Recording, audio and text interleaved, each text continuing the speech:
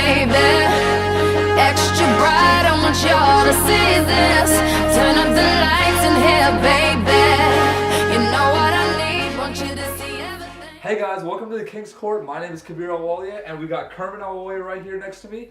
So a quick rundown of our topics is Kevin Durant and Russell Westbrook are finally healthy for the Oklahoma City Thunder. So me and Kerman are gonna discuss if the Thunder can actually make the playoffs now and how good can they be once they do make the playoffs. And then another thing that's kind of interesting is that the Phoenix Suns finally have the Philadelphia 76ers finally have a win. So we're going to talk about the future of this Philadelphia 76ers. Obviously, they're a really young team. Many of their players are, under 25 years old. So we're just going to give our input on the future and the potential of this team down the road. And to finish off the show, like always, we're gonna give you guys the upcoming releases as always. And then we're gonna cap it off with the sneak of the week, which is actually the Black Friday release of the Adidas Tubular, where you'll be able to see like why you probably can't see it right now, but you'll be able to see the difference in the model as opposed to the regular black one, like once we actually start reviewing it. So that's what the show is gonna be like, and that's all coming up. All right, Carmen. So the first topic, like I said. Do you think the Oklahoma City Thunder, now healthy with Russell Westbrook and Kevin Durant back, can make the playoffs? And if you do think they can make the playoffs, like what are their chances of winning the title? Well, Kabir, first off, I'm astonished at how fast Kevin Durant and Russell Westbrook came back from their injuries. Now, what did it take for Russell Westbrook to get injured? From the moment he got injured to the game he got back, it was roughly, 3.5 weeks? I mean, I think that was a suggested timetable for his return. But more of my emphasis is on Kevin Durant. Kevin Durant was sidelined with a Jones fracture, which we talked about in one of our earlier shows, where we've seen that progressive injury happen to big men such as Brook Lopez and Yao Ming. And so I just think with an injury like that, that's so recurrent and it comes back to haunt you very often, I think it's surprising that the Thunder had Kevin Durant come back so early. I thought they would take a little bit more caution with him, and since it's a regular season, just kind of take a couple more games off, but hey, I'm not the one making decisions for the Thunder, so I'm just completely surprised at how that happened. But with Russell Westbrook and Kevin Durant's return, it kind of shows us how little the entire month of November and those games that happened really mattered, because these games with these two players healthy obviously mean the most for the Thunder. Like, they want to play their hardest, they want to make the playoffs. Now about their playoff chances. Obviously, their record without their two star players wasn't the best in the NBA. It was actually one of the worst in the East, one of the worst in the Western Conference. So, but I expect them to fully make the Western Conference playoffs. But it might be tough because I know they have to finish the season off extremely well, and they have to stay away from injuries. Like I said, the Jones fracture with Kevin Durant and Russell Westbrook being injured twice in the past year, and I just think that they have a long way to go, but they'll manage. And like in the words of Skip Bayless, I was watching First Take the other day. He said, "I think the Oklahoma City Thunder have the potential to be the most dangerous 8 seed of all time." And I think that's true, because if they manage to pull off the 8 seed, even though with the heavy competition with new teams such as the Pelicans and the Sacramento Kings, and old teams like the Phoenix Suns, who got Isaiah Thomas and are playing really well, I think the Thunder, if they end up in that 8 seed, they could be actually one of the most dangerous 8 seeds of all time. But now that we've established that they're going to make the playoffs, now about their title odds. As compared to last year, I think Oklahoma City's title odds have actually gone down a little bit, because they lost Thabo Sefolosha, who I think was a pretty important part in their offense. He was that 2-guard, 3-and-D, prototypical 2-guard, who 3-and-D guys, they're very sought after in the league.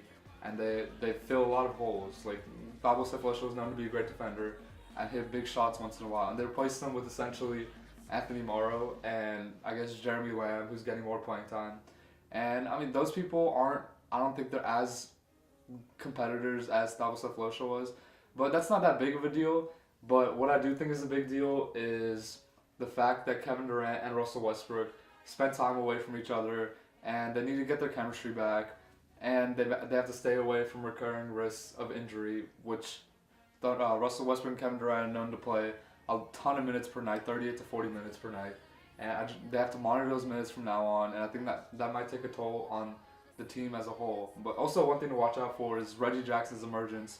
Reggie Jackson, whenever Russell Westbrook was out, got a chance to really showcase his talents. I think that really benefited him because you just saw from the games that Russell Westbrook's in back, Reggie Jackson's playing very well off the bench, and if they need him to be a starter, I think that's something he can do. But yeah, as of now, I just think the Oklahoma City Thunder are for sure gonna make the playoffs. But once they get into it, that's where the real questions start coming up as to whether they can actually compete in the Western Conference with those amazing teams like the Spurs and now the Mavericks and the Clippers. You know, for the Thunder to make the playoffs, so many things have to go right. The Thunder, as they are, they don't really have as like that many offensive options as they did like years past. They have probably their best offensive threats are obviously, besides Kevin Durant and Russell Westbrook, they have Serge Ibaka and they have Reggie Jackson. I guess like in like garbage time or like when like Kevin Durant and Russell Westbrook are like resting or something, you have like guys like Perry Jones or Jeremy Lamb or like Anthony Morrow who can score. But the Thunder really aren't that great offensively, and defensively I think they did make a huge downgrade, like you said. Thabo Sefolosha is one of the best perimeter defenders in the NBA. I know because I watched a lot of the Thunder games and I saw him D up guys like point guards like Chris Paul and Stephen Curry, and I mean, he does a really great job. He's long, and I just really think that the Thunder will miss that this year. I'm not even sure who their starting shooting guard is this year, but it's probably like Jeremy Lamb, or maybe they start Reggie Jackson at the 2 in some games, but that's just a really gaping hole. Like people always talk about the Clippers, how they don't have a legitimate small forward position, but if you look at the Thunder, they don't have a legitimate shooting guard or center position, which is Kendrick Perkins. Which brings me to their big men, which is like their big men have, Serge Ibaka's always been a good big man. Steven Adams is pretty good, but other than that, I think Nick Collison is like, he's kind of like on and off. Like he'll produce some games with like high energy and like offensive rebounding and drawing charges and stuff, but that's not like consistent. And then you have like guys like Kendrick Perkins, who is just, no one really likes. For a team that has hopes of winning the title, I don't think Kendrick Perkins can be your starting center. So these are the problems I think that face the Thunder potentially. Another thing is that they have to win a lot of games, and not only that, but like the teams ahead of them have to lose a lot of games. We've seen teams over the past few weeks come on huge winning streaks, and no matter what their winning streaks are, it really does not like affect their point in the standings. The Clippers, they started the season 5-4, and now they've just kind of like took off, but they're still in the bottom 5 in the standings, which is pretty like, I don't know, it shows you how hard the Western Conference is. So many things have to go right for the Thunder. So I personally think that the Thunder will make that 8 seed because the teams in front of them are going to end up being teams like the Suns, the Pelicans, like the Kings or something. So I think it's like the Thunder will be able to like take over all those teams, all their positions in the standings, and then take that 8 seed. And when they go to the playoffs, like you said, they are going to be like one of the best 8 seeds of all time. I think that the Thunder will do really well in the playoffs. A first round matchup of it's kind of like I guess when the Grizzlies beat the Spurs in the first round that one year.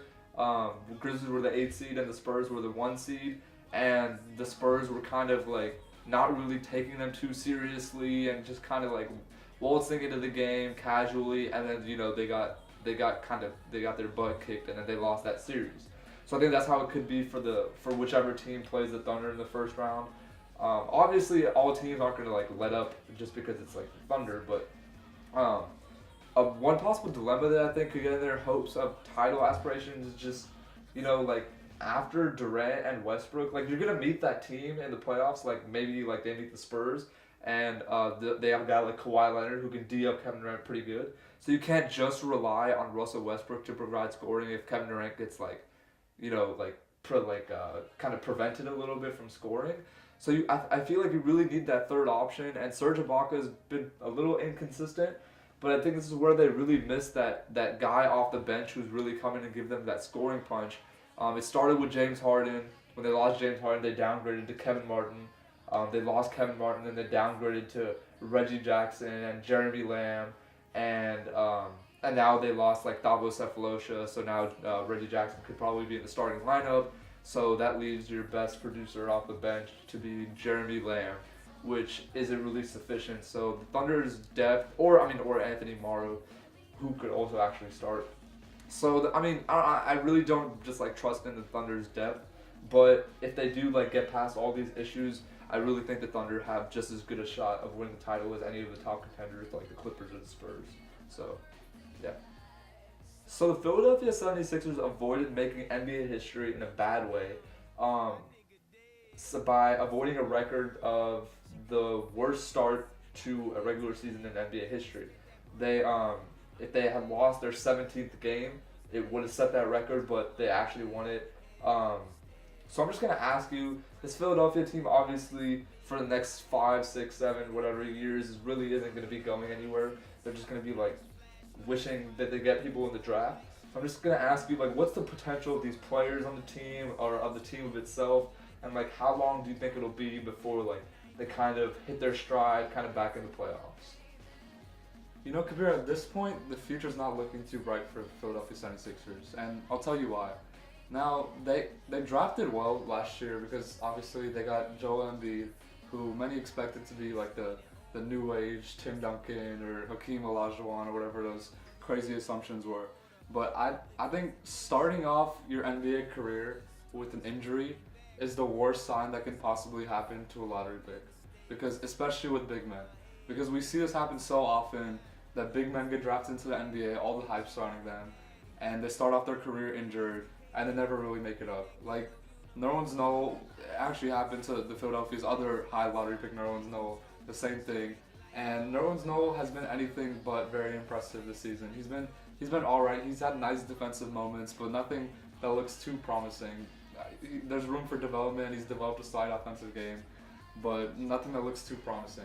Now, for Michael Carter-Williams, I like Michael Carter-Williams as a player, but I don't think he's a player that can help your team win games. He looks to me as a type of player to pretty much put up crazy stats on a bad team. Like, we see him get close to triple-double numbers most nights, and it's just a testimony to how crazy of stats that he puts up.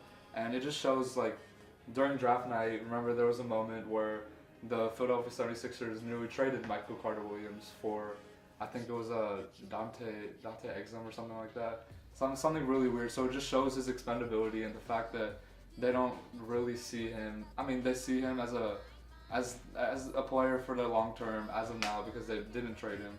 But I mean, he just doesn't look too promising. But there are a couple players on that team who do look pretty promising, and those two players to me are Tony Wroten and KJ McDaniels. Tony Wroten, when Mike Carter-Williams was out, played very well. He was dropping crazy amount of points, crazy numbers, but hey, that could be because their starting point guard was out, and this team really lacks any talent. Like, at the beginning of the season, before the season even started, I remember I was looking down the Philadelphia 76ers roster, and almost every player, I was wondering who that is, because I've never really heard of him. And I remember I was wondering at that time, like, how can this team really win a game against like professionals who've been in the NBA for a long time? Now, for KJ McDaniels, I think for KJ McDaniels, he's my second player for Rookie of the Year behind just Jabari Parker. He's playing that well, and his athletic plays have just been ridiculous and crazy fun to watch. But one thing to watch out for KJ McDaniels, was kind of a sneaky move on his part, was the Philadelphia 76ers offered him a 2 or 4 year deal before the season started, which it's a standard offer that they give to second round players. But KJ McDaniels actually declined that offer, which is very unusual to happen, because most second year players, they don't think they'll be in the league for a while, and they just try to get the money, they just try to keep the money that they can get. But KJ McDaniels really had confidence in himself, and he took that opportunity to decline the offer and sign just a 1 year fully non-guaranteed contract with the Philadelphia 76ers, which is taking the ultimate risk, and took it for the least amount of money possible that a rookie could get. And it just shows his supreme confidence that he had himself, and the fact that he knew he was going to play very well this season. But yeah, him him being his contract expiring after this year and showing the talent that he has so far, I think there's going to be a lot of teams that knock at his door when the season's over. And I think as a rookie or a sophomore by then, I think KJ McDaniels is going to go to the team that offers him the most money. And I don't know how much the Sixers are willing to offer him, but that's a piece that the Sixers hope to hang on to, but it might prove to be difficult because of his breakout season this year. So I just don't see the Sixers' future as looking bright. I mean, the only really hope is next year's upcoming draft with Jahlil Okafor and Stanley Johnson and Kelly Oubre and those players. But that still remains to be seen, and how well those players can actually contribute to a team. And as for now, I just think the Sixers are not in a good place. All right, so for me, I think that the 76ers are just not going to be a playoff contending team for like the next 6 years. I look at everyone on their team as expendable. In my opinion, I think that the franchise looks at every single player on that team as expendable, except for like maybe Joel Embiid or something who hasn't even gotten an opportunity. But I'm gonna start like how you did with like the players who kind of I don't think will fit long term. Like you said, Michael Carter Williams, he is a stat stuffer, and I really think that he's not really like a true point guard. He shoots a really low field goal percentage, and he turns it over a lot. He's a pretty like average free throw shooter, which isn't good for a point guard, and he's a really below average 3-point shooter, and he doesn't really have a good jump shot overall. So I just really think that Michael Carter Williams is one player who they drafted and who could be doing well like while they're pretty bad, but then like if they start getting a little decent, he'll just completely kind of not be that great, and maybe they could like trade him or something. Another guy I think is who I don't think will fit long term. Actually, I don't think anyone will fit on that team long term because I think anyone can be traded on that team. For God's sake, the Sixers acquired Byron Mullins from the Clippers last year. That just kind of shows that they just like don't really care like who's on their team. They have like Hollis Thompson and Brandon Davies on their team right now. Some pretty bad players that like no one's ever heard of. So I don't think Mike Carter Williams just fits that team. I like Tony Wroten a lot, and I think that like he's gonna get money elsewhere. But again, I don't think that he fits on that team, especially if they think that they're gonna keep Michael Carter Williams. I don't think Tony Wroten's a shooting guard. I think he's more of a point guard. He has a really good handle, and I think that Tony Wroten could be like a pretty good trade piece that they could give up. I also think that KJ McDaniels is a really good trade piece they can give up. He's probably like my top 2 favorite rookies like after Elfrid Payton, or maybe tied with him. He's just a really good defender. He's an outstanding athlete, and his 3-point shot's really underrated. I was raving about him when he was at Clemson. I knew that he was like a really good defender.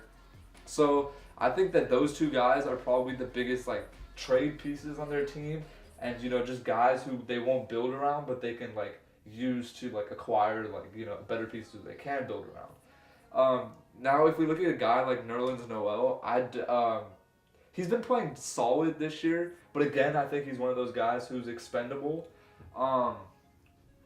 Nerlens Noel, he's obviously, everyone knows he's really good at defense. His offense is really questionable, so that's why I think that he could also be a good like trade asset to another team, maybe like a team who thinks that he'll be like kind of like a DeAndre Jordan type of player. Could use him, so I don't see him as becoming a long-term part. One player who I do see becoming like in their long-term plan is Joel Embiid, because I feel like even though he hasn't played a game yet, and you said that like big men who started off their careers with injuries like haven't had a good history. Blake Griffin started off his career with an injury, and we all know how good Blake Griffin is now. So I just think that when Embiid comes back, I don't think he's all hype. I think he's actually a really good player. His footwork's really good. His shot blocking is really good. His athleticism is really good. And the reason why I think he'll stick with the 76ers for a while is because I think that even if Embiid plays poorly for like 2 seasons or something, I think that the Philadelphia 76ers will be a team that will always say like, oh, it's okay, like he'll do better next season, he's improving. And they'll always be that team who's optimistic towards Embiid and always looking at his potential and what he can eventually offer. So those are like the main guys for Philadelphia who I think will fit in and won't fit in. And you got other guys who they kind of threw around, like Alexei Shved, who they're ridiculously overpaying. But actually, I actually like Shved when he was on Minnesota at least. And they got, like I said, like Hollis Thompson and Brandon Davies. So right now, obviously, the Sixers are the worst team in the NBA, and their future doesn't look bright in the immediate future. But long term, with some draft picks, possibly lottery picks in the next 3 years, this year's draft class is really good. I think that they could really use a guy like Stanley Johnson or Emmanuel Mudiay. I think if they get Mudiay, that can make Michael Carter-Williams expendable, and then they can in return get like a legit perimeter player. And then if they get Stanley Johnson, they can like keep Michael Carter-Williams and have this perimeter player that they drafted who's a really good defender. So that's basically what I think of the future of the Sixers. I look at them as being a playoff team probably in like 6 years. Maybe a guy like some superstar makes a leap of faith and believes in Philadelphia and moves to Philadelphia, just how Chris Paul moved to the Clippers. You know, I don't really see that happening, so I guess we'll just have to wait on draft picks to see how good the Philadelphia 76ers actually are. Alright, so in the past couple episodes when we've given you guys the upcoming releases, most of them we've already kind of stated. They're the December ones and, you know, the ones in January and February and stuff. So Carmen, why don't you share like kind of the releases in the beginning of the summer? There's been a couple announcements been made. Okay. So on May 9th of 2015, we'll release the Midnight Navy 5s for a price of $190. On May 16th, 2015, also for a price of $190, we'll release the Hair 7s remastered versions. And on June 6th of 2015, for a price of $190, we'll release the Infrared, the White, and the Poison Green 5s. So the Infrared and the White and the Poison Green things. I'll just give you my feedback on all three of those shoes. The Midnight Navy ones are actually probably my second favorite out of the two. I think they're suede all around, but they're pretty nice. The Hair 7s I like a lot. They're remastering it so they have like snakeskin on them or something, or some like weird like textured print. And for the Poison Green and the Mint, and the Infrared and the White ones, I'm not a fan of those at all. So that's just my personal opinion on those shoes. So, I mean, you guys have your own opinions, and if you want to cop them, then go ahead and be my guest, cop them. Alright guys, so now it's time for the sneak of the week. Oh, hold on. So, these right here are the Black Friday release of, they're kind of like a premium version of the Adidas Tubular Runners. And I think these are a Europe only release. I got these on Black Friday, and I had to pay European currency, so I paid like 105 pounds, which is like 150 US dollars. So I'll go over the shoes for you guys. Maybe you guys can spot the difference because they actually just released they actually just debuted the Tubulars, so they released an all black version. So just really quickly, the shoe, I mean, many of you guys haven't really seen the Tubular yet. And actually, before we start, the Tubulars, in my opinion, I tried them on, and I think that they're, you know, better than Rocheron's comfortability-wise and, like, strength-wise.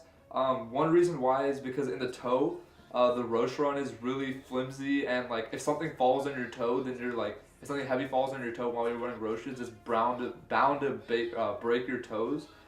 But these is a little bit more, there's a little bit more, you know, protection for your toes. And they're really comfortable still. I don't think these will ever be more popular than the Roches because, you know, Roches are Nike and just Adidas as a whole will never be as popular as Nike. But quality-wise, these are a little bit more expensive, but they are better in quality in my opinion. So I'll just start. This is actually going to be kind of a tough review because there's a bunch of different stuff all over. Right here in the middle is completely mesh, which is really good because it's easy to kind of tighten the shoe and just kind of move the shoe around and, you know, slip your foot in. So that's just completely mesh. It's really good for breathability also if you don't want to wear socks.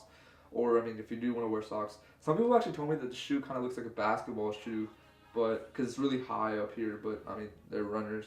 Right here, you have like a nubuck panel. I thought it was suede, but it's too rough to be suede. It's black, and this is actually where you get the first signs of like why it's a different shoe than just the original black ones. It has like a croc print or like a python snakeskin print right here, and this is where it starts, is right here in between the nubuck panel. So I'll just do the midsole real quick. The midsole, actually, like a lot of runners are using this. I believe the Roche Run was like the first to use this kind of midsole that goes up towards the back of the shoe, and this uses the same little thing. It has a little wave right here. Not really I don't really know what that's for, but I guess it just kind of looks cool. If you go up here to this like kind of left panel, you also have, this is where like the most cases, or like where you see the most prevalence of like the snakeskin. It goes all over right here, and then it goes around here, and then back around here. But to go to the toe, like I said, it doesn't look that it's as like strong as the Roches, because the Roches are also mesh, but it's a lot like tougher to push down. Like when you have Roches, you could push down the toe, and then like it requires no force to reach like your thumb from the toe to like the sole, and you can feel the sole like through the shoe. But for this, it's not that at all. Like you can't put your thumb all the way through, so you feel the sole. So I think that's really good. There's that kind of protection. If you use these as runners, I think that's also helpful too.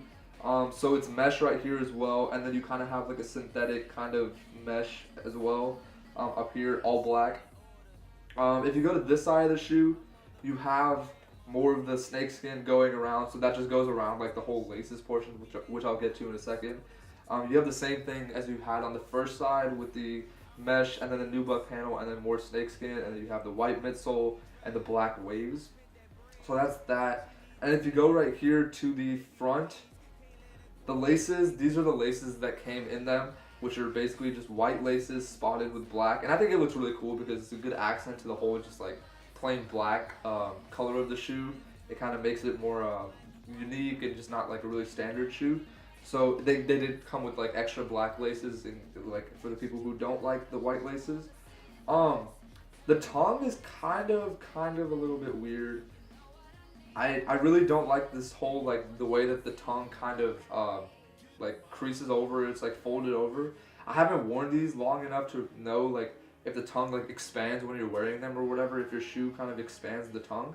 But if it does, then I don't hate it at all. But like just looking at it right now, I don't really like it. It makes the shoe look unnecessarily high, and for runners, that's not really a good look. But the shoe is still comfortable without a doubt. Let me go to I'll do the insole. Insole just says Adidas, and it says the brand with the 3 stripes, which is basically their motto. And like, maybe you can get a good look at that. Let's see what else I missed. Oh, the back. The back has a little like tab area or it has a tab area up here, and it has like a little panel in the back with more of that snakeskin. And then this is the part that I think actually like contributes most to the comfort, is the sole.